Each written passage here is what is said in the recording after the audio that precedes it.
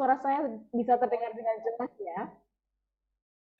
Ya, dan hari ini kita akan memulai webinar Makin Cakap Digital dengan tema perkembangan teknologi finansial dan literasi keuangan bagi generasi melek media.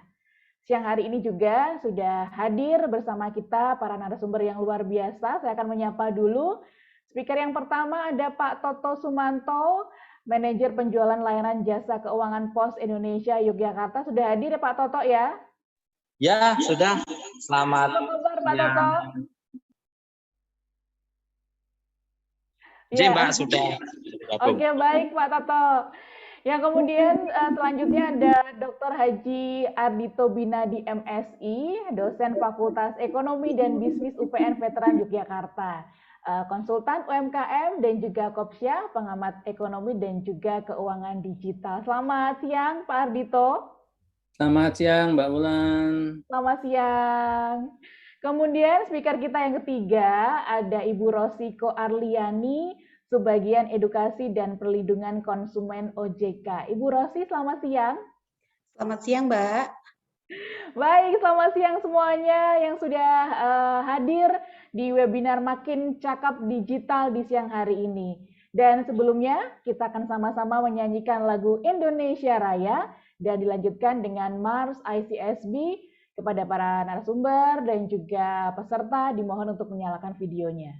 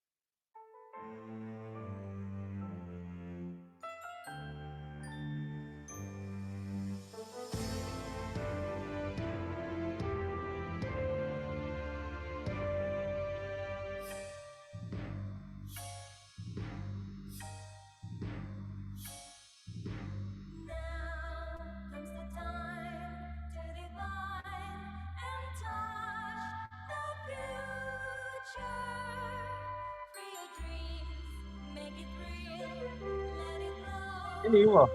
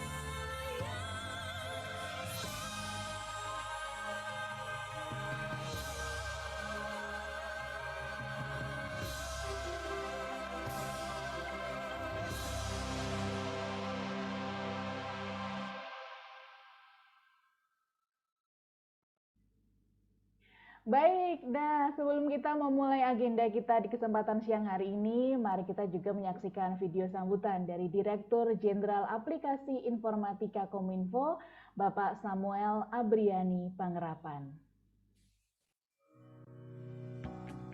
Pastikan kita selalu menerapkan protokol kesehatan dengan menggunakan masker, menjaga jarak, dan selalu cuci tangan. Assalamualaikum warahmatullahi wabarakatuh. Salam sejahtera bagi kita semua. Om Swastiastu, Namo Buddhaya, salam kebajikan. Rekan-rekan yang saya hormati, puji syukur kita panjatkan kehadirat Tuhan Yang Maha Esa atas berkat dan rahmat-Nya kita dapat berkumpul secara virtual dalam keadaan sehat di tengah situasi pandemi COVID-19. Semoga kita semua senantiasa dilimpahi dengan kesehatan dan damai sejahtera dalam upaya kita melawan pandemi COVID-19. Menjadi kebanggaan tersendiri bagi saya untuk membuka acara ini, di mana acara ini merupakan sebuah kegiatan yang diadakan oleh Kementerian Kominfo bekerja sama dengan Cyber Kreasi di bawah kerangka program literasi digital. Sebagaimana yang telah kita ketahui bersama, kehadiran pandemi dan pesatnya perkembangan teknologi telah mengubah cara kita beraktivitas dan bekerja. Kehadiran teknologi sebagai bagian dari kehidupan masyarakat inilah yang semakin mempertegas bahwa kita sedang menghadapi era disrupsi teknologi. Untuk menghadapi hal tersebut, kita semua harus mempercepat kerjasama kita dalam mewujudkan agenda transformasi digital Indonesia. Rekan sekalian yang berbahagia, salah satu pilar penting dalam mendukung terwujudnya agenda transformasi digital adalah menciptakan masyarakat digital, di mana kemampuan literasi digital masyarakat memegang peranan penting di dalamnya. Sebagai tingkat paling dasar, kemampuan literasi digital merupakan kemampuan yang paling krusial dalam menghadapi perkembangan teknologi saat ini untuk mewujudkan masyarakat Indonesia yang tidak hanya mengenal teknologi, namun juga cermat dalam menggunakannya. Pada tahun 2020, Kementerian Kominfo bersama Kata Data melakukan survei status literasi digital nasional, mengacu pada kerangka literasi digital milik UNESCO. Kajian tersebut menunjukkan bahwa indeks literasi digital Indonesia ada pada angka 3,47 dari skala 1 sampai 4. Di mana hal itu menunjukkan bahwa indeks literasi digital kita hanya ada pada sedikit di atas tingkat sedang, namun belum mencapai tingkat baik. Untuk mencapai tingkat literasi yang baik, pemerintah tidak dapat bekerja sendiri. Kementerian Kominfo bersama Cyber Kreasi dan berbagai stakeholder terus berupaya mengadakan berbagai kegiatan untuk meningkatkan kemampuan literasi digital masyarakat Indonesia, dan salah satunya adalah yang sedang rekan-rekan sekalian ikuti sekarang. Rekan-rekan yang saya hormati, dalam menghadapi perkembangan teknologi yang sangat cepat, literasi digital merupakan kunci dan fondasi utama harus kita semua miliki. Pemerintah dalam hal ini, Kementerian Kominfo, bersama dengan Cyber Kreasi berkomitmen akan terus melakukan upaya meningkatkan literasi digital masyarakat lewat berbagai macam inisiatif kegiatan. Adanya berbagai inisiatif kegiatan literasi digital diharapkan dapat memfasilitasi dan semakin mendorong terwujudnya masyarakat digital Indonesia. Keadaan normal yang baru, baik sekarang maupun pasca pandemi, akan mempercepat proses digitalisasi di berbagai lini kehidupan kita. Maka dari itu, kita harus mempersiapkan SDM kita dengan keterampilan digital yang sesuai untuk menghadapi perubahan ini. Akhir kata, mari kita membawa perubahan positif untuk Indonesia yang lebih baik. Kita ciptakan inovasi-inovasi berkualitas dengan mengembangkan talenta dan memaksimalkan potensi masyarakat digital Indonesia. Bersama kita dapat melalui pandemi dengan menjadi lebih baik dari masa sebelumnya. Demikian sambutan yang dapat saya sampaikan. Selamat mengikuti kegiatan, tetap semangat, dan salam literasi digital. Wassalamualaikum warahmatullahi wabarakatuh. Om Santi Santi Santi Om.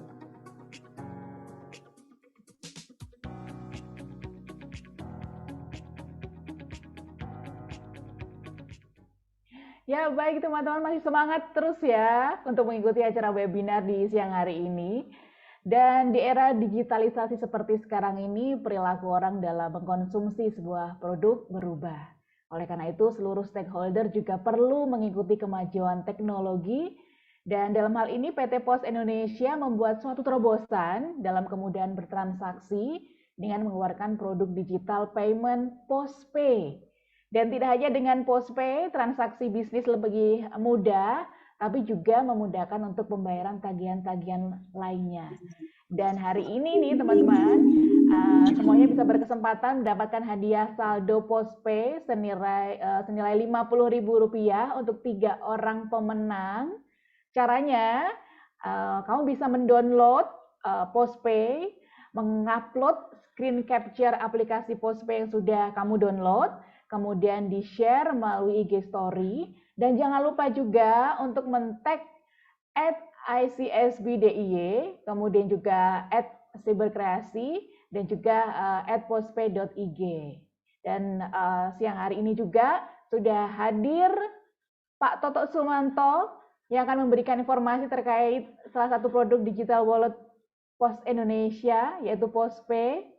Pak Toto, halo? Halo Pak Toto? Halo. Ya, Pak Toto silahkan untuk Ya. bisa memaparkan seperti apa sih Postpay itu. Baik, Pak. Sebentar saya tampilkan ya, Pak. Izin menampilkan materinya ya, Pak ya. Ya, baik Pak Toto. Oke. Assalamualaikum warahmatullahi wabarakatuh. Waalaikumsalam warahmatullahi wabarakatuh. Selamat siang menjelang sore pada para peserta Zoom siang hari ini. Kami akan sedikit memaparkan tentang Postpay. Jadi Postpay sebagai solusi pembayaran digital yang saat ini memang sedang berkembang, sehingga kantor pos juga harus melakukan inovasi sehingga Postpay tetap terus hidup, karena memang perusahaan BUMN harus selalu bisa bersaing di era digitalisasi saat ini. Seperti diketahui bahwa transaksi keuangan melalui digital ini kan sudah semakin banyak, sehingga Postpay langsung bergerak meluncurkan Postpay Mobile. Postpay Mobile sendiri bisa di-download di aplikasi Play Store ataupun di aplikasi Store. Jadi semua model Android dan iOS bisa mendownload. Seperti itu ya, Mbak ya. Keuntungannya banyak sekali. Ini anunya masuk ya, Mbak ya? Ya. Halo? Ya, Pak. Materinya masuk? Masuk, Pak. Oh ya, oke. Jadi fitur-fitur di Postpay sudah cukup lengkap karena kita memiliki lebih dari 100 dealer mitra, mulai dari pembayaran listrik, air, gas, BPJS, dan segala macamnya di situ, termasuk top up e-wallet bisa dilakukan melalui Postpay. Perbankan juga kita sediakan di situ, mau transfer ke rekening ataupun transfer tanpa rekening melalui Wesel di remitensi. Postpay sendiri sudah dilengkapi dengan QRIS pembayaran nasional, jadi tidak perlu bingung lagi kalau memang saat belanja, saat kita ke ngopi tidak ada uang cash yang pas, ya kita pakai QRIS sudah bisa. Dan sekarang update-nya aplikasi ini terintegrasi dengan Peduli Lindungi. Jadi sudah semakin lengkap untuk pemakaian aplikasi Postpay ini. Tadi sudah disampaikan di depan bahwa billing payment memang paling lengkap di kami. Tiap bulan pun juga tidak ada administrasi, sehingga tetap aman, tidak akan berkurang. Cuman juga tidak ada penambahan karena memang tidak ada bunga di aplikasi Postpay. Sedangkan untuk pengiriman uang ke rekening bank itu sudah sampai 50 juta per harinya. Jadi tidak perlu khawatir jika mau mentransfer sebanyak 50 juta, kita sudah diakomodir oleh Postpay. Jadi ada dua tadi, ada yang melalui rekening bank ataupun tanpa rekening bank melalui Wesel. Sedangkan untuk layanan kurir dan logistik, kita juga sudah terintegrasi dengan Pos Aja. Jadi Postpay ini sudah nyambung juga ke Pos Aja. Jika teman-teman sudah mulai belajar bisnis online, jadi cukup satu aja aplikasinya Postpay, nanti sudah ada layanan pos aja untuk melakukan penjemputan kiriman dan layanan COD pos. Sedangkan rekening Postpay sendiri itu dibagi dalam 3 bagian, yaitu light yang pertama kali, standar yang paling standar adalah light, lalu yang di atasnya ada light plus, dan yang paling tinggi adalah reguler. Jadi kalau light itu kan cuma saldo maksimalnya hanya 2 juta. Dan fiturnya juga belum lengkap. Nah, light plus ini maksimal saldo 10 juta, itu layanannya di dalam Postpay sudah lengkap, sudah sama dengan reguler, tetapi dibedakan hanya saldonya saja. Kalau reguler sudah unlimited. Jadi kalau pakai light plus maksimal 10 juta, kalau uang kita 20 juta nggak bisa masuk begitu. Jadi harus diregulerkan ke customer service kami. Untuk penambahan top saldo itu juga bisa dilakukan melalui kantor pos, melalui mobile banking, dengan kode virtual account yang ada di aplikasi Postpay itu sendiri. Nah, program promo yang kita lakukan sekarang adalah jika sahabat Postpay mau melakukan download sekarang dan registrasi, akan mendapatkan saldo 10.000 dan voucher pulsa 10.000 jika melakukan instalasi sekarang sampai dengan akhir Desember. Nah, jika melakukan top up lagi, top up penambahan saldo Postpay minimal 25.000 akan ditambah lagi voucher 10.000. Jadi jika menabung 25.000 akan mendapat 55.000. Kira-kira ilustrasinya seperti itu. Saya kira cukup itu aja yang dapat kami sampaikan. Semoga Postpay ini bisa menjadi platform digital berbasis rekening giro yang sudah terintegrasi dengan layanan kurir dan logistik milik PT Pos Indonesia. Demikian Mbak Rosi. Ya. Terima kasih. Pak Toto. Ya. Baik Pak Toto, sekarang kan banyak sekali juga aplikasi untuk pembayaran kayak gitu Pak. Apa sih sebenarnya yang membuat Postpay ini unik atau Postpay ini berbeda dari yang lainnya Pak? Ya, Postpay sendiri memang sebenarnya lahir karena sudah ada pendahulunya, yaitu Postpay yang ada di kantor pos. Sehingga layanan di kantor pos yang saat ini offline itu dimasukkanlah ke dalam aplikasi namanya Postpay tadi. Jadi kayak kantor pos berpindah ke genggaman seperti itu. Oh, ya. Ya, jadi lebih komplit. Tadi dealernya kan lebih dari 300 dealer yang bergabung dengan kami, termasuk bank nasional terbesar itu sudah gabung dengan kami kan gitu. Kami kalau di kantor kita nggak tahu yang gabung itu kami atau banknya. Ya kemudian kerjasama karena sama-sama BUMN ya Mbak, sinergi BUMN sekarang kan memang diperlukan untuk menghadapi era digitalisasi ini seperti itu. Dan kantor kami saya kira paling banyak di antara kantor-kantor digital platform yang lain kan gitu. Iya, karena kami memiliki setiap kantor pos cabang punya kantor ya. Kantor pos cabang kecamatan pun kita udah punya. Jadi kalau ada masalah apa, misalnya COD nggak ada masalah atau apa segala macam, kita langsung bisa tangani gitu. Maksudnya banyak yang menangani seperti itu kira-kira. Baik Pak Toto, dan hari ini juga Pak Toto akan top up saldo ya Pak ya, untuk teman-teman yang mendownload, kemudian juga nanti bisa mengirimkan screen capture-nya di chat box ya Pak ya. Iya, jadi keuntungannya untuk download sekarang itu kan nanti banyak tuh. Yang tadi saya sampaikan ada 30.000 ya. Ya ini, saldonya 10.000 kita berikan, itu sudah dari sistem pusat kami, lalu voucher pulsa 10.000. Lalu jika nanti kita undi menang, berarti saya tambah 50.000 lagi. Wah, ini dia nih. Jadi langsung aja bisa download Postpay sekarang juga ya Pak ya. Ya, kode referralnya jangan lupa ya Mbak ya. PG 550-nya 3 kali A. Oke, baik. Ya. Terima kasih Pak Toto pemaparannya.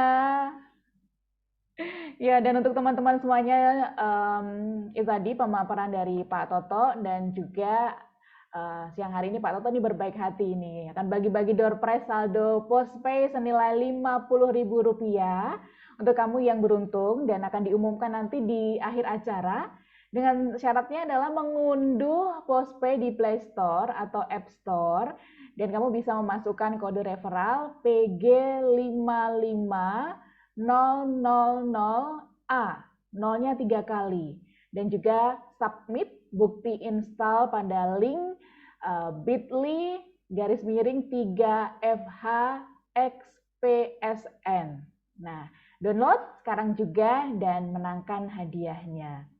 Dan saya juga mengingatkan untuk para peserta di siang hari ini untuk bisa mengisi link absensi karena di situ nanti kita akan mengirimkan e-certificate dan linknya ada di chat box. Ya, dan baik sekarang kita akan memasuki pembahasan utama kita di hari ini tentang perkembangan teknologi finansial dan literasi keuangan bagi generasi melek media. Untuk teman-teman yang nanti mau bertanya kepada narasumber kita, bisa langsung chat di kolom komentar. Dan saya persilahkan Dr. Haji Ardhito Binadi MSI, dosen Fakultas Ekonomi dan Bisnis UPN Veteran Yogyakarta, konsultan UMKM dan Kopsyah, pengamat ekonomi dan keuangan digital, untuk bisa memberikan pemaparan. Halo, Pak Ardhito. Halo Mbak Wulan. Silakan Pak Ardhito. Ya, makasih Mbak Wulan, Pak Toto, Mbak Rosi yang serti dan semua teman-teman di pegiat ekonomi dan keuangan digital.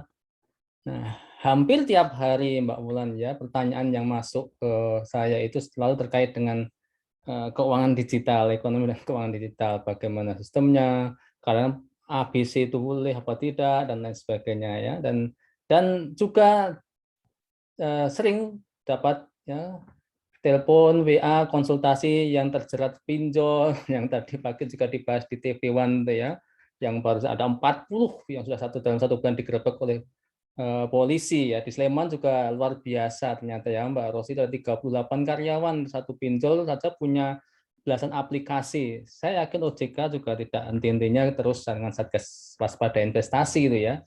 Tapi ya terus saja tiap OJK mengumumkan lahirlah kemudian yang lain-lainnya. Nah, jadi ini situasi yang menurut saya euforia dari ekonomi digital. Saya akan coba screen ya Mbak Wulan ya. Jadi memang kita ini sedang memasuki sebuah era serba internet dan serba digital. Sayangnya ini ya, sayangnya bahwa di negara-negara berkembang Asia termasuk Indonesia, aktivitas internet itu baru dipakai sebagai aktivitas hiburan. Nah, dalam Digital Economy Report 2001 dilaporkan 87,2% paling dipakai untuk jaring sosial ya. Kemudian info barang jasa, download game, gambar, video. Nah, sangat berbeda dengan di negara-negara maju. Aktivitas internet itu sebagian besar dipakai untuk knowledge ekonomi, baik email, kemudian informasi barang dan jasa, membaca download koran.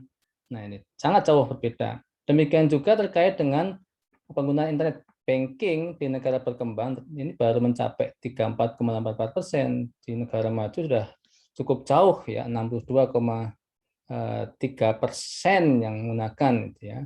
Ini emang jadi kita masih gunakan handphone kita lebih banyak untuk hiburan dibandingkan untuk hal yang sifatnya positif dan transaksi bisnis.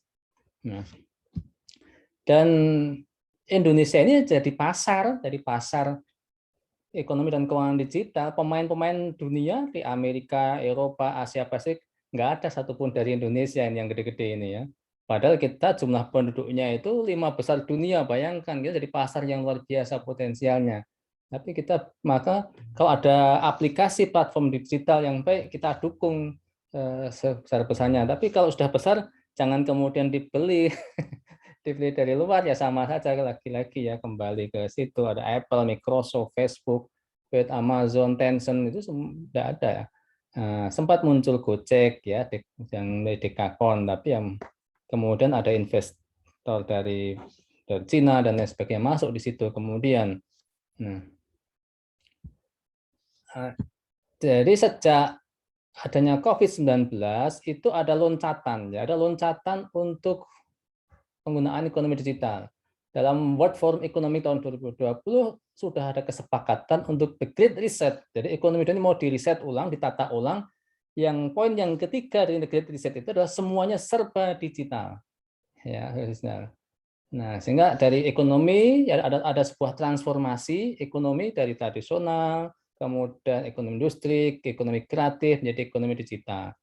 Dulu orang butuh uang, ya langsung orang dengan orang. Kemudian adalah ada financial intermediary, yaitu perbankan. Nah, sekarang sudah ada digital banking, ada virtual banking. Ya. Nah, di tempatnya Mbak Rosi semua itu urusannya, ya, banking, digital banking. Nah, ini menjadi lebih mudah orang mengakses keuangan itu. Uang juga demikian. Dulu uang koin emas, koin perak, logam, kertas. Kemudian muncullah uang plastik, ada uang elektronik seperti yang tempatnya PT Pos, Pak Toto jelaskan tadi, ada uang elektronik, ShopeePay, GoPay, ya sekarang PosPay. Nah, PP ini banyak banget sekarang ini, ya. Dan semuanya adalah uang elektronik. Kemudian yang heboh, ya, uang kripto, ya. Dan sekarang sedang muncul lagi di Cina sudah keluar uang digital, ya, yuan digital. Nah, Bank Indonesia sebentar lagi juga akan mengeluarkan uang digital ini untuk mengimbangi itu, ya. Nah, karena orang kalau kemudian bank sentral tidak mengeluarkan uang digital, maka orang lainnya ke uang kripto karena dianggap mudah untuk bertransaksi lintas negara ini. Nah, maka semua bank sentral di dunia termasuk Indonesia ini juga merencanakan uang digitalnya. Saya tunggu juga rupiah digital ini nanti seperti apa desainnya, ya.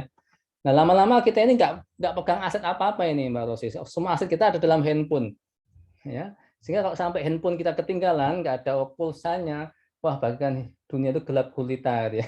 Bisa transaksi, nggak bisa komunikasi. Nah, ini. Tapi dengan handphone pula ada kerawanan-kerawanan di situ nantinya. Nah, beberapa waktu yang lalu, ketika Straits Times itu membuat wawancara saya sampaikan kepada mereka bahwa digital teknologi itu memang memberikan banyak kemudahan bagi kita, transaksi mudah, gitu ya, komunikasi, keuangan mudah, bayar apa-apa cukup tinggal buka handphone, tidak perlu uang secara fisik, tetapi juga banyak kerapuhan, ya, terkait dengan pencurian data, terkait kemudian dengan keamanan data. Bahkan termasuk infrastruktur kita ini yang juga belum baik. Pernah mungkin ya yang Bapak-Bapak yang pernah atau yang tinggal di Jakarta ada Black Death, ya. Sebuah hari di mana listrik mati berjam-jam dan orang tidak bisa keluar dari kafe karena nggak bisa bayar. Kenapa nggak bawa uang tunai, dia bayarnya pakai kris, gitu ya. Nah, ini listrik mati sudah kita habis karena uangnya semua serba digital. Nah, itulah kita masih banyak kerapuan meskipun di situ ada kemudahan-kemudahan yang harus kita antisipasi. Nah, bisnisnya yang cukup menarik, ya, ekonomi keuangan digital itu, bayangkan bahwa total transaksi ekonomi digital Indonesia mencapai 44 miliar US dollar. Ya, sebagian besar e-commerce kita ini, Tokopedia, Shopee itu terus menerus 1212 yang besar itu, ya. Nah, apalagi Indonesia ini karena penduduknya 5 besar di dunia jadi sasaran terus, pasar yang empuk bagi pengembang aplikasi, ya. Nah, kemudian tetapi tantangannya ini yang ditantangan. Kita punya potensi besar, tapi punya tantangan. Indeks literasi digital Indonesia tahun 2020 itu masih berada pada skala sedang. Ranking 85 dari 131 negara, bayangkan. Ya, indeks inovasi global kita ini. Jadi masih cukup jauh kita ini. Literasi. Jadi acara hari ini cukup penting saya kira menyumbang untuk meningkatkan indeks, gitu ya. Nah, indeks, ya, inovasi global itu terus menerus karena penduduk kita juga banyak memang, ya. Nah, apa arti penting literasi ekonomi, keuangan, dan pembayaran digital? Jadi saya ada literasi ekonomi, keuangan, dan pembayaran digital karena tadi uang elektronik kan pembayaran, dan maksudnya sistem pembayaran masuk kepada sistem pembayaran. Ya. Satu, supaya tidak terjebak jebakan spekulasi berkedok investasi yang tadi di awal saya singgung. Tiap diumumkan oleh OJK, ya, tiap bulan Satgas Waspada Investasi ditutup, muncul lagi berikutnya. Kominfo blokir, muncul lagi aplikasi berikutnya. Enggak intinya ini investasi itu. Yang kedua, tidak terjebak pada investasi bodong, money game yang kerugiannya sudah mencapai ratusan triliun, 117,4 triliun, bukan uang yang sedikit itu. Untuk bayar utang negara kita cukup lumayan itu kan ya. Itu. Dan yang ketiga tentunya adalah yang berkaitan dengan keamanan data pribadi terlindungi. Orang mudah sekali upload KTP, share KTP ya. Begitu kita foto dengan KTP kita pribadi dan itu akan di-share ke banyak orang. Ya, ada yang hanya share itu ke satu pinjol, tapi dari satu pinjol ke pinjol lain itu di-share sehingga dia merasa hanya pinjam ke satu pinjol, tetapi dikirimi lebih dari satu pinjol. Ada yang dikirimi 8 pinjol, 10 pinjol, 4 pinjol. Nah, awalnya senang, tapi begitu ditagih ya jadi senep gitu ya. Jadi pusing, 7 keliling gitu. Nah, khusus di Indonesia karena mayoritas Muslim tentunya juga terkait dengan kehalalan itu juga menjadi penting ya, jadi penting. Maka DSN MUI bekerja sama dengan Bank Indonesia, OJK gitu ya, terus mengadakan berbagai macam kajian dan fatwa untuk itu supaya masyarakat terjamin halal, legal dan aman itu ya. Nah, kalau kemudian ini yang beberapa waktu yang lalu ada tagar ya, ada tagar Indonesia darurat pinjol. Tadi pagi juga ada di bahan di salah satu TV swasta gitu ya. Karena mudah sekali tiap hari saya itu hampir tiap hari dapat SMS pinjol. Saya yakin teman-teman lain mungkin juga pernah dapat tahun SMS ini. Nah, kemudian ya betul seperti tadi ya. Nggak ngerti ya.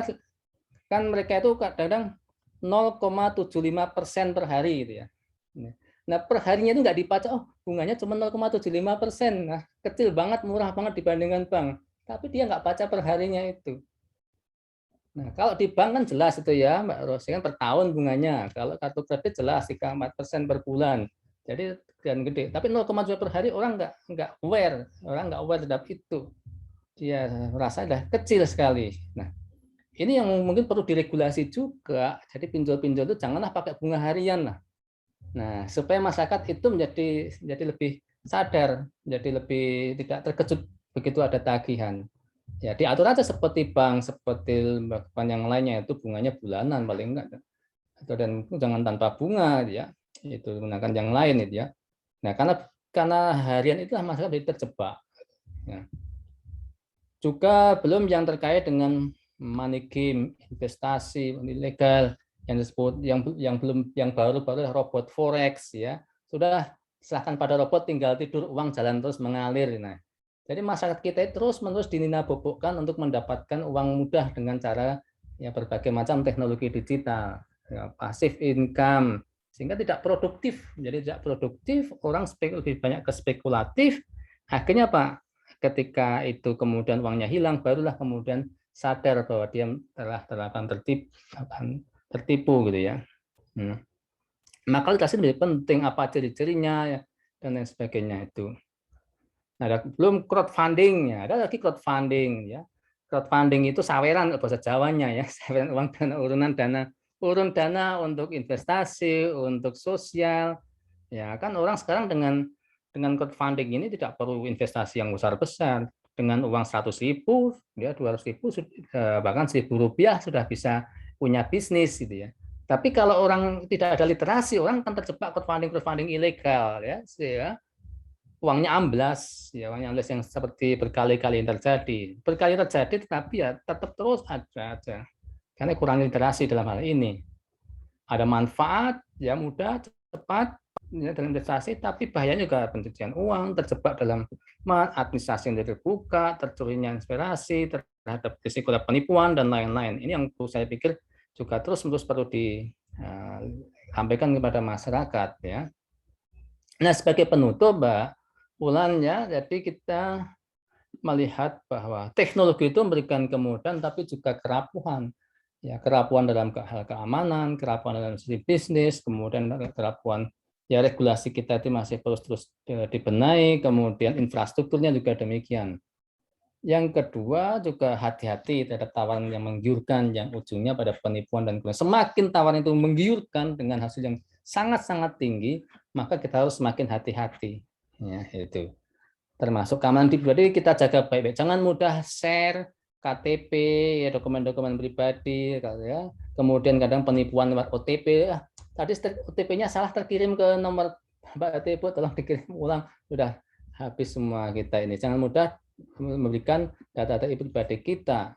Nah, kalau ada tawaran dan keuangan digital melalui SMS, aplikasi, pastikan juga legalitasnya, kemanfaatannya, dan kebutuhannya. Bagaimana untuk memastikan legalitasnya? Nanti tentunya ini ranahnya Mbak Rosi nanti untuk kemana menghubungi ininya. Itu. Dan jangan mudah tergiur layanan pinjaman online lewat SMS, karena belum tentu itu legal ya. Nah, itulah Mbak Wulan yang bisa jadi pemantik diskusi kita pada siang hari ini. Makasih Mbak, saya kembalikan Mbak Wulan. Baik, terima kasih Pak. Wah, memang ya mengkhawatirkan sekali ya Pak. Hari ini juga berita-berita tentang pinjaman online, digerebek dan lain sebagainya, itu mengkhawatirkan sekali. Tadi sempat disinggung pinjaman online awalnya senang, jadi senep gitu Pak ya. Iya, jadi harus perlu berhati-hati terkait data, jangan men-share KTP, jangan men-share kode OTP sembarangan begitu ya Pak ya. Ya, dan untuk teman-teman yang mau bertanya, nanti bisa langsung chat di kolom komentar, nanti ada sesi tanya jawab. Nah, untuk sesi selanjutnya, kita akan ngobrol langsung dengan Ibu Rosi Koarliani, Subbagian Edukasi dan Pelindungan Konsumen OJK. Ibu Rosi, saya persilahkan Bu. Halo. Halo, Ya. selamat Bu siang. Rosi, apa kabar Bu? Baik, alhamdulillah. Gimana Mbak Wulan, apa kabar? Alhamdulillah. Salam kenal. Salam kenal Bu Rosi.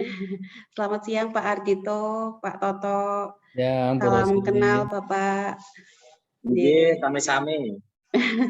Iya, terima kasih sekali dari ICSP yang sudah mengundang kami dari OJK untuk memberikan sharing begitu ya terkait materi yang sudah ditentukan, dan kebetulan ini saya ditugaskan oleh pimpinan untuk hadir memberikan sharing tersebut.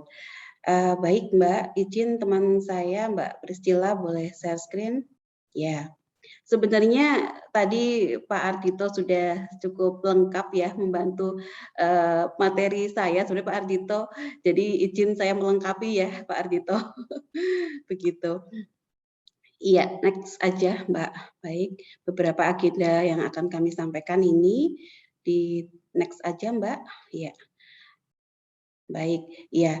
Kalau bicara mengenai ekosistem ekonomi digital di Indonesia, sebenarnya masing-masing itu sudah ada regulatornya ya. Jadi kalau misalkan tadi bicara mengenai apa sih yang ada di ranah OJK, ini mungkin yang Bapak Ibu lihat. Oh iya maaf, saya tadi belum menyapa peserta ya yang hadir pada siang hari ini. Dari sebagian besar dari mahasiswa atau umum Mbak Wulan? Ya Bu Rosi. Iya, tadi saya mohon maaf belum menyapa peserta webinar pada siang hari ini. Iya. Mudah-mudahan tidak mengantuk ya, Bapak Ibu, Mbak Mas. Ya. Sebagian besar dari mahasiswa atau dari umum Mbak Wulan? Dari mahasiswa Bu. Oh ya, baik ya. Selamat siang ya Mbak Mas mahasiswa. Terima kasih ini sudah mau join di acara ini untuk menambah wawasan ya, saling sharing begitu. Baik, saya lanjutkan tadi. Jadi kalau bicara mengenai ekosistem ekonomi digital, sebenarnya masing-masing itu sudah ada regulatornya.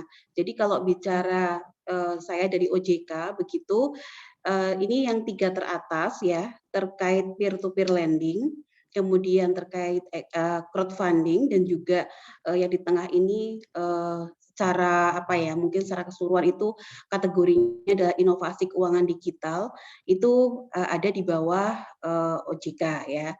Jadi kalau yang peer-to-peer itu sudah ada POJK-nya ya, POJK 77 tahun 2016 tentang layanan pinjam meminjam berbasis teknologi informasi. Kemudian kalau yang crowdfunding juga sudah ada POJK-nya yang terbaru di sini. Kalau dulu memang terkait equity crowdfunding, kalau sekarang ada yang disebut securities crowdfunding. Jadi bisa istilahnya memperbaiki atau mungkin menyempurnakan dari POJK yang sebelumnya.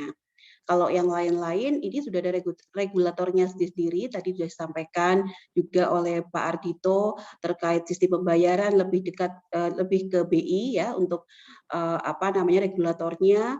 Kemudian kalau yang terkait perdagangan berjangka komoditi itu ke Kementerian Perdagangan di Bapepti, kemudian juga ada e-commerce dan sebagainya, mereka semua masing-masing membawakan platform-platform tersendiri ya. Boleh di next, Mbak? Ya, mengapa ini menjadi berjamur ya? Karena memang potensinya di Indonesia ini cukup besar begitu, bahkan tadi disebutkan terkait dengan masih terdapatnya UMKM yang belum memiliki akses pembiayaan secara formal ke lembaga jasa keuangan ya yang ada. Jadi kehadiran dari baik tadi peer-to-peer lending maupun crowdfunding itu memang diharapkan bisa menyasar ke sana. Next, Mbak. Ya, lebih lanjut sebenarnya apa ya peran dari OJK ini terhadap kehadiran dari finansial teknologi ini ya. Jadi mungkin sebelum ke sana kita mungkin sedikit flashback dulu ke belakang bahwa OJK ini merupakan lembaga negara yang relatif baru dibandingkan lembaga negara lainnya, yang mana OJK ini dibentuk dari penggabungan dua lembaga negara yang bertugas dalam pengawasan yang sebelumnya telah ada, yaitu Bank Indonesia yang dulunya mengatur dan mengawasi di sektor perbankan, dan juga dari Kementerian Keuangan dalam hal ini Bepom LK yang dahulunya itu sebagai pengawas atau dalam hal ini mengatur dan mengawasi pasar modal dan industri keuangan non bank. Nah, dari penggabungan dua lembaga pengawasan yang sudah ada sebelumnya ini lahirlah OJK yang diberi amanah sesuai dengan Undang-Undang Nomor 21 tahun 2011 bahwa di sini OJK lahir merupakan respon atas kompleksitas perkembangan yang ada di sektor jasa keuangan, sehingga OJK ini tidak lagi seperti BI dulu hanya fokus di perbankan atau Kementerian Keuangan yang fokus pada pasar modal dan IKNB, tapi OJK ini membawakan pengawasan terhadap seluruh sektor jasa keuangan seperti itu, dan ditambah lagi satu fungsi yaitu tentang perlindungan konsumen di keseluruhan sektor tersebut. Boleh next, Mbak? Ya, ini tadi yang saya sampaikan sektor jasa keuangan yang diawasi dan diatur oleh OJK. Dan tadi terkait dengan finansial teknologi ada di mana? Dia masuk ke industri keuangan non bank ya. Ada yang di bawah sini ya. Nah, boleh di next lagi. Oke. Nah, ini peran OJK dalam perkembangan fintech ya, sebagaimana materi yang diminta. Jadi selain tadi sebagai regulator tentunya yang membuat ketentuan-ketentuan, telah lahir POJK 77 yang mengatur mengenai peer-to-peer lending, kemudian POJK yang tadi terkait crowdfunding, POJK 57 yang terakhir seperti itu. Dan sepertinya tahun ini ada pembaruannya juga. Kemudian OJK ini dari mulai berkembangnya fintech ini juga menjadi fasilitator juga ya. Artinya OJK ini bekerja sama juga dengan lembaga instansi lainnya di dalam istilahnya menilai atau nanti selanjutnya akan memberikan rekomendasi suatu platform digital itu layak tidak untuk dipasarkan ya produk jasanya seperti itu. Nah, ini OJK itu juga mendirikan fintech center, kemudian juga dia terus-menerus melakukan bekerja sama dengan instansi lain dalam innovation hub-nya, juga literasi edukasi juga terus dilakukan seperti itu, dan OJK ini mempunyai regulatory sandbook di mana dia nanti setiap platform yang baru mengajukan izin seperti itu, dia akan melalui dulu uji kelayakan ya dari aplikasi yang akan dijalankan, sehingga nanti harapannya aplikasi ini tidak merugikan konsumennya seperti itu, sudah layak uji. Nah, nanti dari hasil itu dia akan diberikan status terdaftar. Setelah 1 tahun berjalan, dia akan menuju pada proses perizinannya. Sehingga kalau misalkan tadi dari informasi terkait data pinjaman online, contohnya yang ada resmi yang sudah mendapatkan izin maupun yang masih berstatus terdaftar, itu totalnya ada 106 kalau nggak sesuai dengan press list yang terakhir. Diantaranya itu ada yang sudah berizin sekitar 98 kalau nggak salah, dan sisanya itu masih berstatus terdaftar. Jadi memang mereka harus mengikuti prosedur yang ada seperti itu. Nah, kemudian juga selain memberikan izin, peraturan dan fokus pada pengawalan perkembangan dari inovasi keuangan ini, OJK juga memberikan perlindungan konsumen juga ya. Jadi kalau misalnya tadi banyak berita terkait dengan pinjaman online yang ilegal, begitu dinyatakan ilegal pada akhirnya, begitu memang kalau mendengar ceritanya sangat menyedihkan begitu ya. Tapi kalau misalnya pinjaman online yang digunakan itu adalah pinjaman online yang resmi yang ada di bawah pengawasan OJK, ketika misalnya sebagai konsumen itu ada permasalahan, secara komunikasi dengan platform yang terkait itu bisa berjalan dengan baik-baik saja. Ya, artinya bisa komunikasi lancar, dan kalau ada permasalahan tentunya akan disolusikan. Dan untuk pinjaman online yang resmi ini pun ketika dia pun harus membuka ruang pengaduan konsumen lah seperti itu. Jadi memang tidak ada niatan untuk merugikan ke masyarakat yang menjadi konsumennya. Nah, kemudian juga sebenarnya kalau terkait dengan lembaga keuangan yang ada di bawah OJK ini, semuanya pasti sudah ada ketentuannya ya, aturannya yang mungkin kalau dibahas pada kesempatan siang hari ini tidak akan selesai karena memang sangat detail begitu, ada di ketentuannya masing-masing gitu. Jadi OJK melakukan pengawasannya itu baik secara prudensial dan ke depan prinsip kehati-hatian, dan ke depannya itu juga ada pengawasan dari sisi perilaku pasar, yaitu market conduct, yang mungkin kalau sekarang sudah diterapkan juga untuk perbankan, bank umum di kantor pusatnya ya di Jakarta seperti itu, dengan sampling-sampling mungkin di daerah. Boleh di next, Mbak? Ya, manfaat fintech. Nah, di sini manfaat fintech yang sebenarnya diharapkan itu memang tadi utamanya adalah untuk menyasar kelompok masyarakat yang bisa dikatakan tuh belum kesulitan atau mungkin tidak dapat akses dari lembaga jasa keuangan yang formal. Jadi memang tadi ada gap ya kalau dilihat dari slide yang sebelumnya ataupun yang tadi sudah disampaikan juga ya oleh narasumber sebelumnya. Jadi optimalisasi pembiayaan bagi UMKM, seperti sasarannya adalah itu.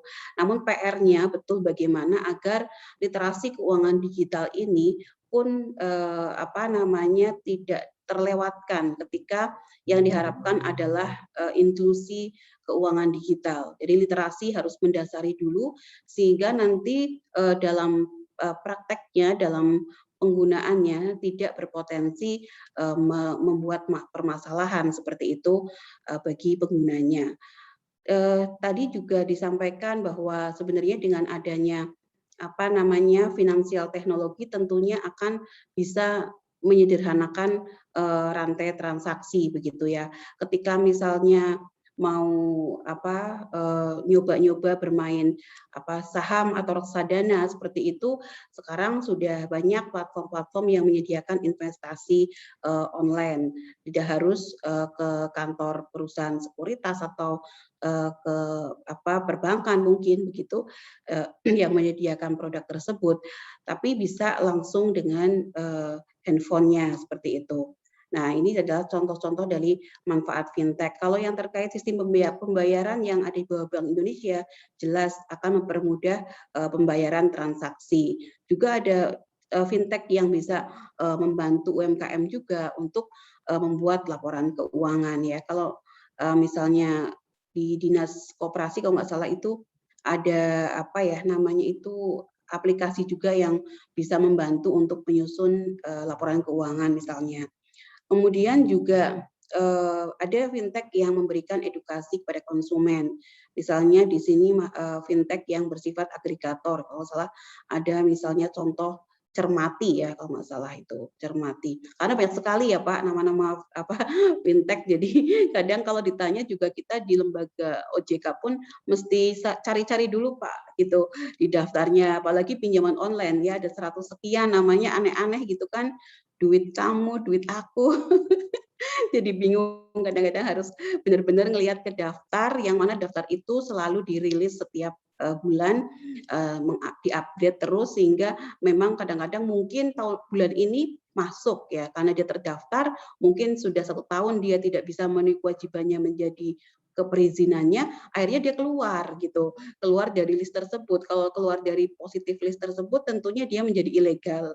Nah ini yang memang perlu kita selalu merujuk pada siaran pers terkait dengan pinjaman online legal dari OJK maupun inovasi keuangan digital lainnya.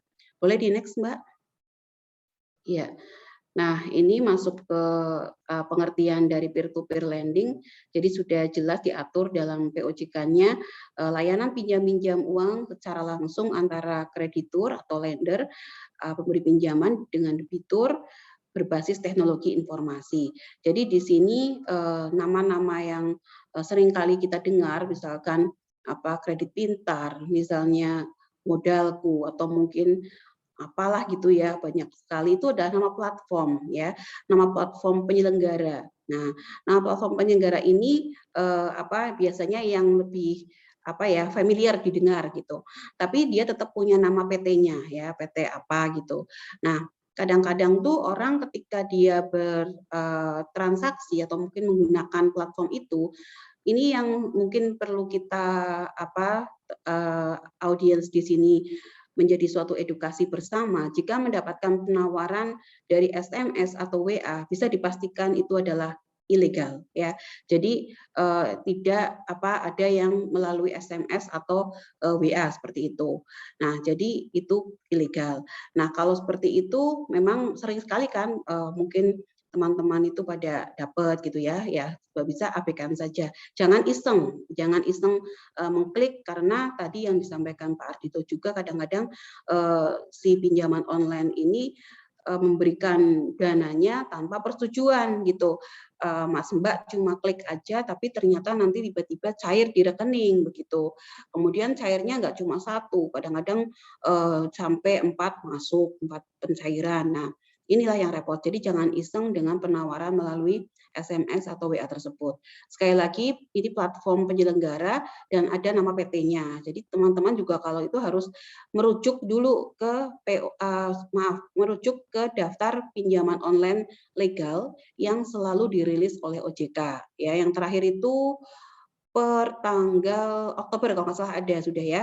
Oktober kalau kemarin tuh ada 106 itu. Jadi ada 106 yang terdaftar maupun berizin dan atau terdaftar di OJK. Nah, kemudian pihak lain yang ada di sini adalah tentunya pemberi pinjaman ya. Pemberi pinjaman di sini ada juga penerima pinjaman. Nah, kalau untuk perjanjiannya itu yang terjadi adalah dari pemberi pinjaman kepada penerima pinjaman ya, kemudian dari pemberi pinjamannya kepada platformnya. Jadi kalau dari debitur kepada platform itu tidak ada, hanya transaksi saja seperti itu. Nah, ini yang juga menjadi edukasi juga, perlu disadari bahwa ini adalah platform saja ya, yang fintech ini berfungsi sebagai platform penyelenggara saja. Uangnya dari pemberi pinjaman, ya, dari krediturnya. Kalau penerima pinjamannya itu mengajukan begitu sekian begitu, nanti kan ada yang membiayai dari pemberi pinjaman. Nah, platformnya ini akan meneruskan kepada penerima pinjaman. Kalau misalkan penerima pinjaman dalam kondisi seperti ini, kemudian merasa berat dengan angsurannya atau mungkin dengan pengembaliannya begitu, yang mungkin di jatah waktunya mungkin umumnya adalah 90 hari seperti itu, nanti dia akan biasanya terus. Betul Pak Ardhito, kami juga menerima aduan itu Pak, minta keringanan atau mungkin minta perpanjangan waktu gitu ya. Nah, ini kalau kita bertransaksinya dengan platform yang legal, itu dimungkinkan sekali untuk menyampaikan hal tersebut ya. Platform penyelenggaranya mestinya bisa membuka keran komunikasi. Nah, tapi perlu disadari bahwa platform penyelenggara legal ini dia hanya meneruskan saja. Jadi nanti dia akan sampaikan kepada pemberi pinjamannya, itu ada debitur X yang minta keringanan atau minta perpanjangan waktu untuk pelunasan, boleh nggak gitu kan? Nah, jadi keputusannya itu ada pada pemberi pinjaman. Inilah yang mungkin berbeda dengan perbankan ya. Jadi memang perlu disadari bahwa platform penyelenggara ini hanyalah perantara saja. Boleh di next Mbak? Nah, ini beberapa karakteristik dari peer-to-peer lending. Dana tidak jamin LPS, pasti ya. Kemudian resiko kredit pada pemberi dana. Jadi sebagai investor juga harus hati-hati, harus memilih kemana dia akan menginvestasikan dananya. Karena memang menjanjikan mungkin yang lebih tinggi sehingga tertarik untuk berinvestasi, tapi harus merujuk tadi pada investasi platform yang resmi. Kemudian resiko pendanaan tinggi ya. Pasti kalau cepat, mudah, tentunya ini akan berdampak pada resiko juga yang tinggi. Kemudian bunga lebih tinggi itu pasti karena memang tidak saling ketemu ya. Jadi tentunya platform penyelenggara ini juga memberikan bunganya itu juga sebenarnya sesuai kesepakatan dengan pihak yang minta itu mengajukan, dan tadi ada aturannya memang 0,8 ya maksimal seperti itu. Nah, kalau misalkan persyaratannya mudah, kemudian pencairannya juga cepat kayak gitu, inilah yang seringkali menjadi hal yang dianggap sangat menarik ya bagi calon konsumen, sehingga kadang-kadang mereka itu mengajukan pinjaman karena melihat adanya kemudahan dan kecepatan itu saja. Tapi edukasi dari OJK agar penggunaan itu benar-benar sesuai dengan kebutuhan dan tentunya kemampuan bayar seperti itu. Jadi sebaiknya untuk yang produktif seperti itu. Boleh next Mbak? Ya, kalau kita melihat ini data sekilas saja, kalau untuk dari data tabelnya mungkin tidak begitu relevan karena ini ngambilnya dari data mentahnya, tapi paling tidak kalau untuk di wilayah DIY pembiayaan melalui peer-to-peer lending itu akumulasinya sampai datanya per Agustus itu mencapai 2,7 triliun ya.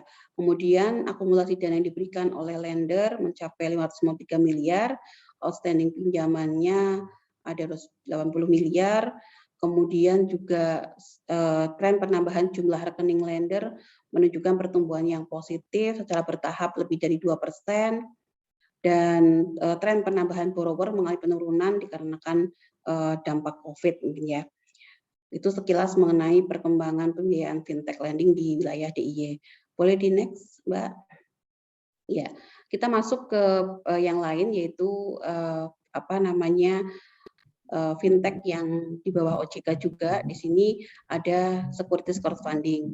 Jadi tadi mungkin sudah disampaikan juga ya Pak Ardhito, layanan urun dana ini bertujuan untuk membiayai juga proyek-proyek dari perusahaan-perusahaan yang mungkin rintisan juga dan dia belum bisa mendapatkan dana dari perbankan seperti itu. Nah, di sini untuk platform penyelenggara terkait dengan crowdfunding ini ada beberapa yang sudah mendapatkan izin dan ada yang di Jogja kantornya yaitu PT Santara Daya Inspiratama. Jadi kita bisa kalau misalkan ada yang tertarik begitu dengan layanan dari securities crowdfunding ini, nanti kita bisa menghubungkan juga dengan PT Santara Daya Inspiratama seperti itu. Boleh di next Mbak? Ya, ini tadi saya sampaikan kembali manfaat securities crowdfunding. Ada 3 pihak juga yang terjalin di sini. Yang pertama yaitu pihak bagi penerbit ya. Penerbit di sini tentunya tidak hanya berbentuk badan usaha, badan hukum PT ya, tapi dia juga masih kayak CV juga boleh, koperasi boleh, jadi lebih membuka ruang ya kepada UMKM yang memang membutuhkan akses permodalan. Jadi bisa menjadi alternatif pembiayaan bagi UMKM, membantu startup rintisan untuk berkembang melalui pembiayaan pasar modal, karena dia bisa mengeluarkan nanti obligasi ataupun saham seperti itu yang bisa ditawarkan melalui securities crowdfunding ini. Kemudian kalau dari sisi penyelenggara tentunya membantu perusahaan dari startup teknologi finansial untuk berkembang ya di industri pasar modal, dan bagi pemodal ini juga menjadi alternatif investasi juga. Boleh next Mbak? Ya. Nah, ini kiat berinvestasi aman ya. Sebenarnya kalau yang saya tampilkan di sini lebih bersifat umum, jadi ciri-ciri dan penyebab utama dari investasi ilegal. Ya, jadi kalau kita bicara penyebab utamanya itu, kita bicara dari nomor 2 ya. Ini adalah pelakunya itu memang kemudahan akses ya oleh pelaku ini untuk membuat aplikasi, web, dan penawaran melalui medsos ya. Kemudian juga dari sisi masyarakatnya sendiri juga karakter dari masyarakat kita itu yang mudah tergiur bunga tinggi, belum paham investasi, literasi keuangan digital seperti itu, sehingga dia merasa wah inilah saatnya ya.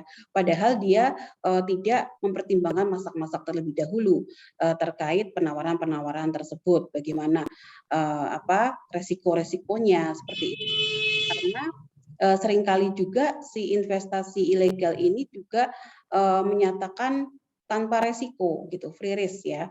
Wah ini bahaya banget kalau orang yang ibaratnya gelap mata, dia pasti akan meyakini itu sehingga dia akan segera membeli ya penawaran dari investasi tersebut. Nah, kemudian juga umumnya ciri-cirinya itu menjanjikan keuntungan yang tidak wajar dalam waktu yang sangat cepat seperti itu. Menjanjikan bonus dari perekrutan anggota baru, member get member, yang biasanya buntutnya nanti kalau sudah tidak bisa mendapatkan member lagi itu tidak mendapatkan bonus karena yang diputar adalah uang tanda bergabungnya ya, bukan dari produk-produk yang diperdagangkan dalam rangkaian istilahnya jalur dari atas ke bawahnya itu ya, dari yang pertama terus turun lagi ke kakinya yang bawahnya, ya kakinya turun lagi ke bawahnya ya. Jadi sebenarnya tidak ada barang yang dijual dari atas ke bawah itu, tapi lebih ke uang masuk ya. Kalau uang masuknya, uang keanggotaan itu tidak lagi didapat, otomatis yang ke atas itu kan sudah tidak mendapatkan bonus-bonusnya lagi, dan itu tinggal menunggu lumpuhnya saja seperti itu.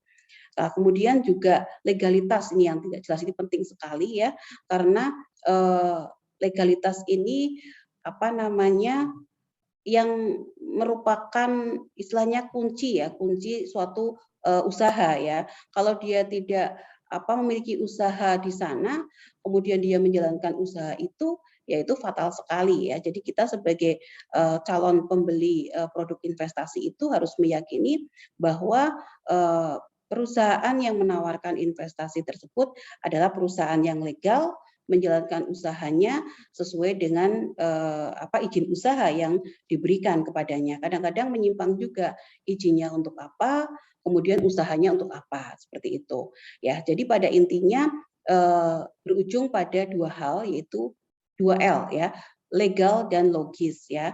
Legal, cek dulu status perizinannya ya, badan hukum dan produknya. Kemudian logis itu imbal hasilnya yang wajar dan pasti ada resiko ya. Itu yang paling penting adalah 2L. Terus Mbak, next. Oh ya, kalau misalkan itu kan keseluruhan ya yang tadi ya. Kalau kita bicara yang terkait investasi online seperti itu, yang tadi mungkin Pak Ardhito sebut, ada mungkin cryptocurrency ya, kemudian ada emas digital dan sebagainya. Seperti itu, sebenarnya ini mungkin lebih tepatnya di ranah Bapepti ya. Jadi Bapepti yang menjadi pengawas kegiatan investasi barang komoditi tersebut. Nah, kalau kami bicaranya secara umum dalam wadah Satgas Waspada Investasi, kita beberapa tips aman untuk investasi online, memilih investasi online yang tepat ya, kenali jenis investasi online-nya dengan baik agar mendapatkan keuntungan yang maksimal. Kemudian juga kredibilitas brokernya seperti apa. Kalau sekarang memakai sistem platform-platform, kita juga harus mengenali nih skemanya seperti apa nih, agar kita bisa meyakini bahwa platform tempat kita berinvestasi itu memang maksudnya secara prosesnya itu tidak merugikan, bukan sistem skema Ponzi yang saya tadi sampaikan ya. Kemudian memahami tingkat resiko investasi online ya. Semakin tinggi keuntungan, maka semakin besar juga resiko yang harus ditanggung oleh investor. Kemudian juga kalau investasi jangan di satu tempat saja, tapi juga melakukan diversifikasi investasi online sehingga nanti mengurangi resiko saat nilai investasi salah satunya itu turun. Mungkin itu beberapa tips aman investasi online. Boleh di next, Mbak?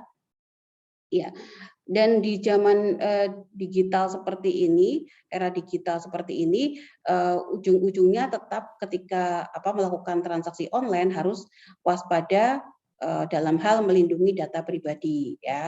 Jadi perhatikan akses yang diminta oleh aplikasi yang akan kita gunakan ya untuk melakukan investasi maupun pinjaman, misalnya tadi pinjaman online ya. Jadi cukup dibatasi pada cemilan ya, kamera, mikrofon, dan location. Kalau minta yang macam-macam, galeri, foto-foto dan sebagainya itu tidak ya, karena sudah ada batasannya itu tadi, kamera, mikrofon, dan location. Kemudian bacalah kebijakan privasi dari setiap aplikasi, karena itu dengan membaca kebijakan privasi ini tentunya kita meyakini bahwa platform tersebut juga punya konsen ya terhadap perlindungan data pribadi. Dan hindari pemasangan aplikasi yang ilegal dan mencurigakan, jangan asal klik tapi lebih baik mencari tahu dulu atau mungkin tanya-tanya juga ya ke instansi yang berwenang, misalkan tanya ke OJK atau ke Bank Indonesia atau siapa, sehingga tentunya kami membuka ruang untuk bertanya seperti itu. Jadi biar nanti teman-teman juga lebih aman di dalam melakukan transaksinya. Mungkin itu, boleh di next lagi. Oh ya, ini khusus untuk tips memilih fintech peer-to-peer lending ya.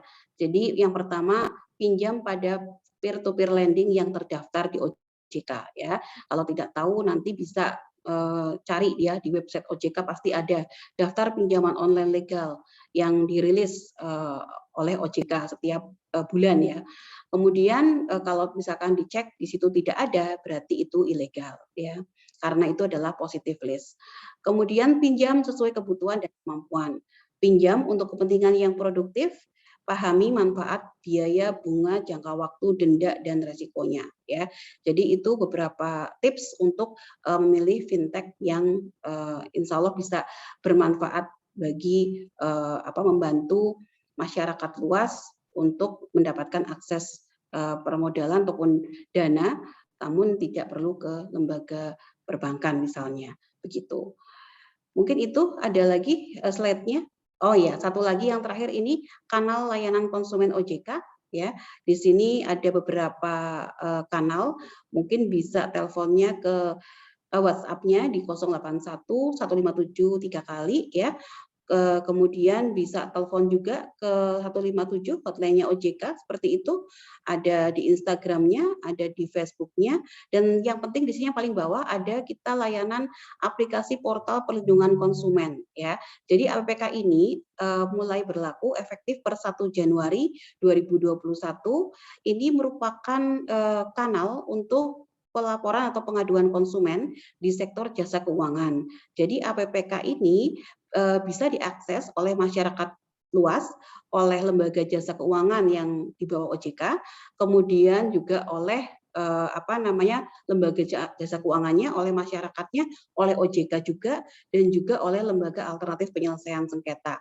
Jadi kalau misalkan ada permasalahan dengan lembaga jasa keuangan resmi di bawah OJK, bisa nanti mengakses APK untuk menyampaikan pengaduannya. Pada intinya seperti itu. Mungkin itu yang dapat kami sampaikan, Mbak Ulan. Terima kasih. Baik, terima kasih Bu Rosi pemaparannya, dan hati-hati jangan asal klik gitu ya Bu Rosi ya. Iya, Baik, Mbak. terima kasih Bu Rosi, dan ini adalah saat ini sesi tanya jawab. Silakan untuk teman-teman yang mau bertanya bisa mengirimkan pertanyaannya di kolom chat box ya. Dan ini sudah ada beberapa pertanyaan. Ini yang pertama ada dari Relius Mandaci. Ini untuk untuk Pak Toto. Ya, Pak Toto masih ada ya, Pak ya? Masih. Ya. Baik, Pak Toto, ini demand target postpay ini khusus customer postpay atau umum, misalnya store dan lain sebagainya. Dan secara jawab di chatbox ya. Oh iya. Bawah. Oh, sudah dijawab. Oke, baik. Targetnya semua lapisan masyarakat. Gimana, Pak? Targetnya semua lapisan masyarakat. Targetnya semua lapisan masyarakat. Baik. Dan secara kompetitif, price seperti apa, Pak? Gitu. Biar nyambung sama targetnya OJK yang berkomitmen untuk mengejar target indeks inklusi keuangan, toh? Seperti itu ya, Bu ya. Kemudian juga apa plan dan strategi to win market untuk kondisi sekarang ini, gitu, Pak? Ya, kalau kita memang tidak bisa menyamai digital platform digital yang lain, karena memang kami BUMN, sehingga kami hanya mengunggulkan fitur layanannya. Ya. Banyak gitu sih. Kalau yang lainnya bisa memberikan diskon segala macam. Nah, kami kan diatur oleh BUMN. Ya. Kalau yang di luaran kan ya mungkin ininya ratingnya yang dicari. Jadi dia ada diskon atau bla bla, terus iklannya juga masuk. Kami kan enggak bisa iklan kan gitu. Ya. Jadi memang tidak bisa samakan. Makanya kita unggulkan untuk fiturnya banyak, mulai dari kirim besel tanpa rekening, bla bla bla, semuanya ada di Postpay. Seperti itu, Mbak. Ya, Anita. Kemudian ada pertanyaan juga dari Mbak Lili, nomor rekening Postpay dari mana ya? Kan baru mau daftar gitu. Nah, diambil di Play Store atau App Store. Yang Android di Play Store gitu, yang App Store di iOS di App Store, seperti itu. Baik. Ya, kemudian ini pertanyaan untuk Pak Ardito nih. Dari Agung Prayogi, apa yang harus kita lakukan untuk menghindari penipuan digital? Pak Ardito? Ya, sebenarnya tadi sudah saya jelaskan juga, Bu Rosi juga nambahkan cukup banyak itu ya, dari penipuan digital. Jadi baca cermati ya, cermati apapun yang dikirimkan baik melalui SMS, WhatsApp maupun sosial media di dalam ya, platform sosial media kita itu ya. Dan jangan mudah tergiur dengan tawaran-tawaran. Justru semakin tawarannya menarik dan keuntungan tinggi, semakin kita lebih curiga karena itu tidak logis ya, sesuatu yang tidak logis. Nah, demikian juga kalau sudah tadi ada dari orang, tapi kadang-kadang kan disumirkan, artinya kita baru tahu detail proses bisnisnya itu setelah bergabung. Nah, karena itu ya jangan mudahlah tergiur dengan apapun tawaran, khususnya yang menjanjikan keuntungan yang tinggi. Ciri utamanya itu sebenarnya ya. Kalau bisnis wajar-wajar jarang sih bisnis wajar-wajar itu tawarkan seperti ini. Kalau wajar-wajar ya crowdfunding, fintech yang resmi itu biasanya wajar-wajar saja tingkat keuntungannya itu. Iya, harus dilihat legal and logis gitu ya, kata Bu Rosi tadi ya Pak ya. Ya, kemudian juga ini ada pertanyaan dari Relius Mandaci lagi. Tantangan fraud di zaman digitalisasi ini terletak pada keseriusan negara untuk membuka ruang pengaduan sekaligus mau serius dalam memproses segala pengaduan walaupun dengan nominal kerugian yang kecil. Sehingga oknum-oknum fraudster ini bias dibabat habis dengan regulasi hukum yang jelas. Bagaimana untuk mewujudkan poin di atas, yaitu adalah adanya ruang pengaduan yang jelas dan adanya proses hukum yang jelas terhadap fraudster. Tantangan selanjutnya adalah keadilan bagi seluruh rakyat Indonesia dalam zaman digitalisasi ini. Adapun faktor yang berpengaruh pada ketidakadilan atau kesenjangan dalam meraup benefit dari digitalisasi ini adalah adanya kesenjangan infrastruktur digital yang tidak merata. Tidak sedikit daerah yang masih dalam kondisi tanpa jaringan, sehingga benefit ekonomi digital hanya dimanfaatkan oleh masyarakat di daerah yang memiliki infrastruktur yang baik. Bagaimana menyelesaikan permasalahan infrastruktur digital ini? Gitu. Ini pertanyaan untuk Bu Rosi ya. Ya, Bu Rosi, mungkin bisa ditanggapi, Bu? Baik, terima kasih Mbak Ulan. Jadi dari yang terakhir dulu ya. Sependapat sekali dengan yang disampaikan oleh Mas siapa tadi? Maaf namanya? Relius Mandaci. Mas Relius ya. Jadi betul ada kesenjangan infrastruktur. Tadi juga di slide saya mungkin sekilas tidak detail saya sampaikan kondisi di Indonesia ini memang belum merata begitu ya infrastrukturnya, dan ini tentunya menimbulkan kesenjangan tadi ya, akses keuangan dan sebagainya seperti itu. Nah sebenarnya kalau tadi yang disampaikan bagaimana nih upayanya nih untuk infrastruktur ya yang mendukung ya ke sana seperti itu. Nah kami sendiri di sini sedikit mungkin cerita juga terkait tugas-tugas lain ya dari OJK seperti itu. Kami juga menjadi pengarah dari tim percepatan akses keuangan daerah ya.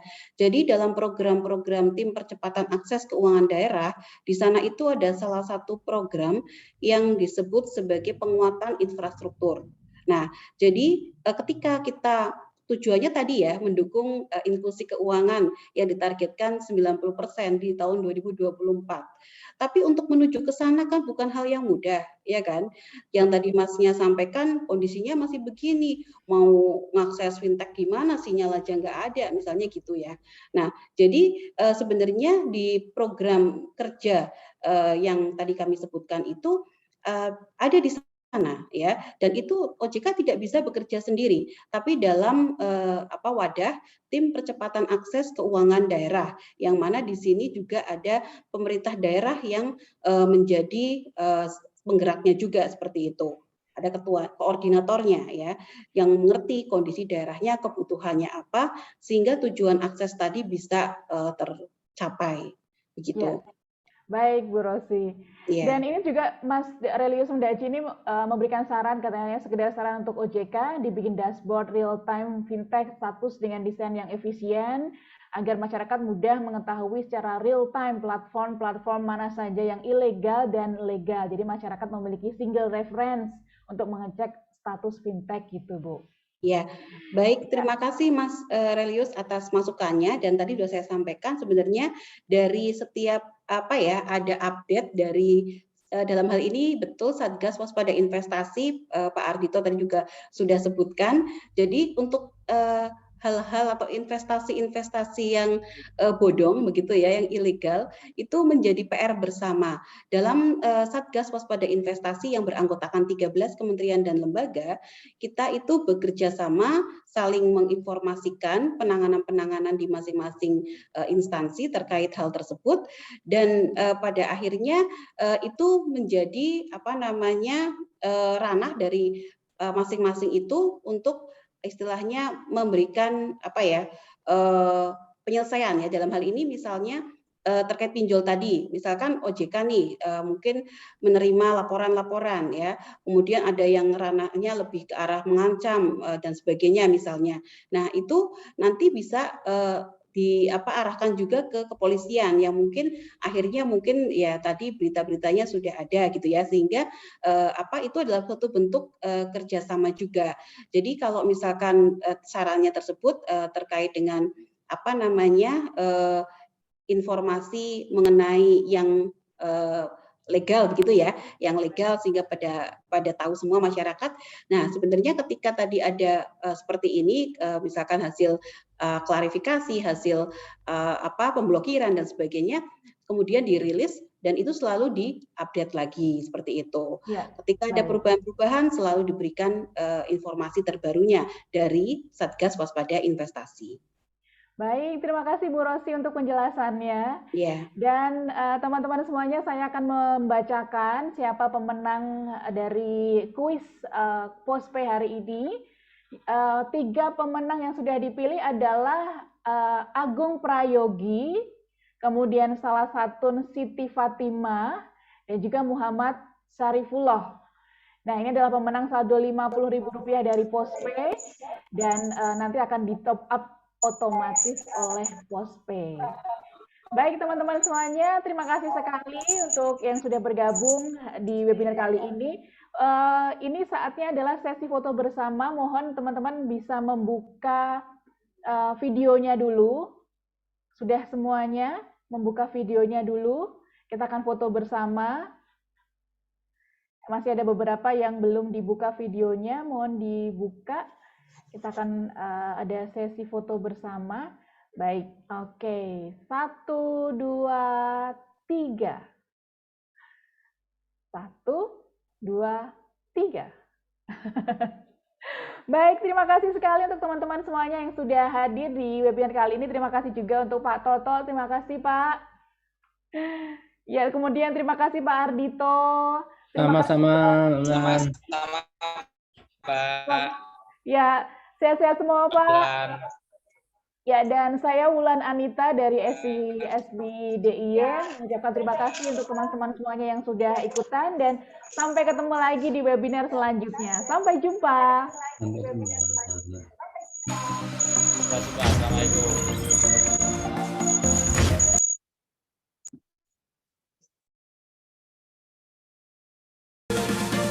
Saya luncurkan program literasi digital nasional hari ini. Hari ini saya menghadiri acara launching modul literasi digital. Ini suatu hal yang penting untuk kita pelajari. Pengalaman yang membuat aku terbuka, pembelajaran-pembelajaran yang kalian tidak dapatkan selama kuliah ataupun sekolah.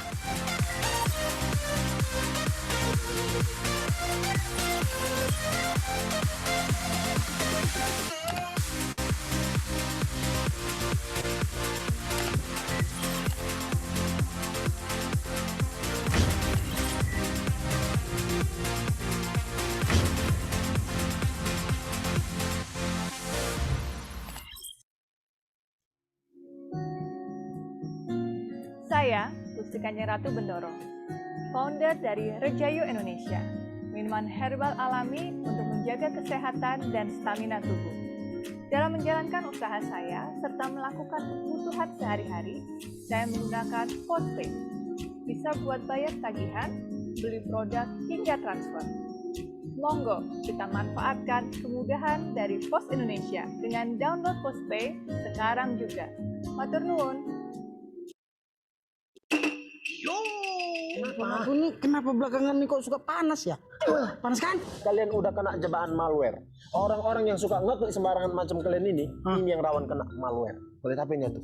Hidup yang mulia. Malware itu bisa disebarkan dan masuk lewat link atau situs yang kita kunjungi, lampiran email, iklan berbahaya, bahkan pesan teks. Makanya jangan suka asal klik sembarangan. Mulai sekarang kita harus lebih aware sama malware.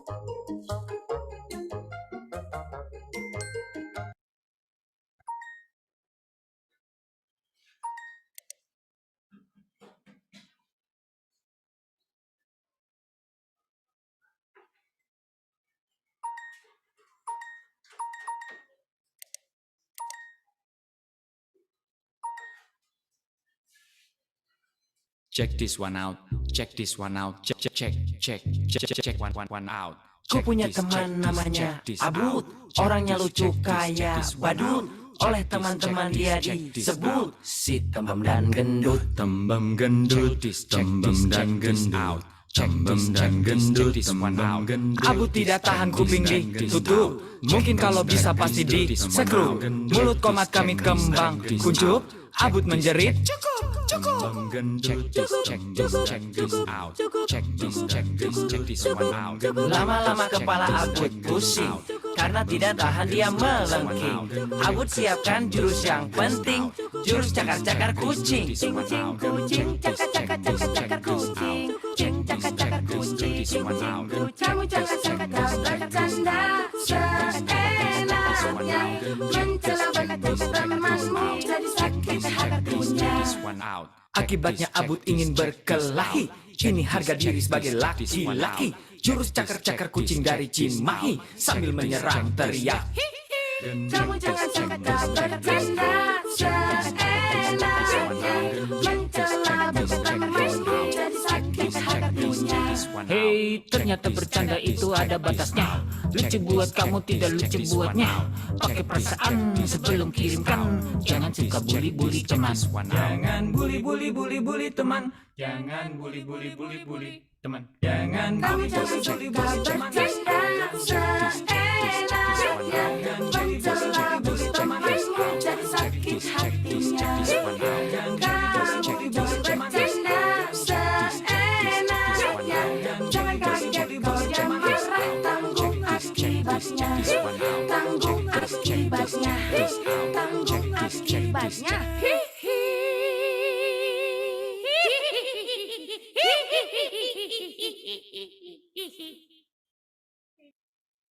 Saya Suwiryo, Kepala Desa Ruwit, Kecamatan Kedung, Kabupaten Demak.